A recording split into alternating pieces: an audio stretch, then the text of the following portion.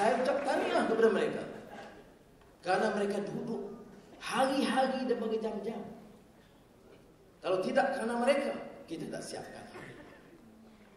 Sampai ke peringkat Tuan Guru Ustaz Hadi, saya, YB Siang, kita je tengok draft, kita betul-betul. Ini tak betul, ini setuju, ini tak setuju. Mudah kita. Tapi yang nak kena draft itu mereka.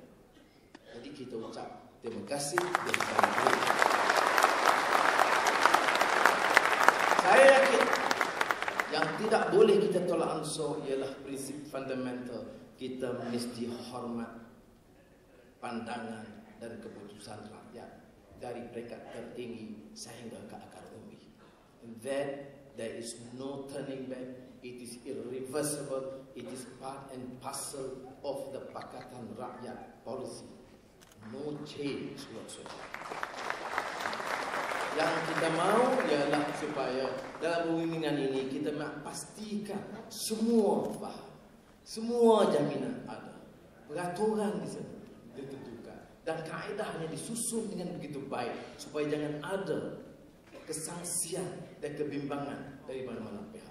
Sebab itu bila mendengar pandangan beberapa teman-teman, kita ada sedikit pertimbangan untuk mengkaji dan memberikan ruang sedikit untuk memperbaiki.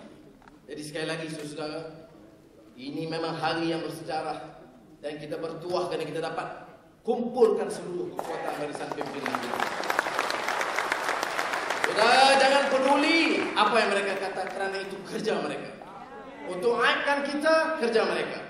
Untuk lindungi rasuah, kerja mereka. Untuk banyakkan jenayah, kerja mereka.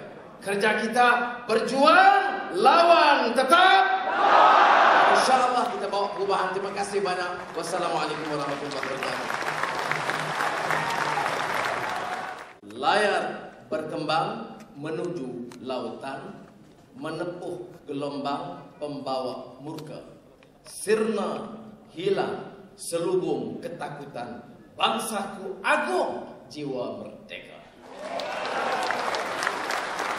Baik, cadangan YB Kidsia ialah bahawa sebaiknya kita semua bangun untuk menyatakan sama ada kita setuju atau tidak dengan dasar ini. Yang bersetuju, angkat tangan kata setuju. Yang tak setuju, UMNO di luar. Jadi alhamdulillah, terima kasih. Setuju, angkat tangan sekali lagi. Mana kenapa tak angkat tangan? Oh, angkat. Siapa berani tak angkat tangan? Semua angkat. Tanpa kecuali, ini dasar kita bersama, dasar Pakatan Rakyat.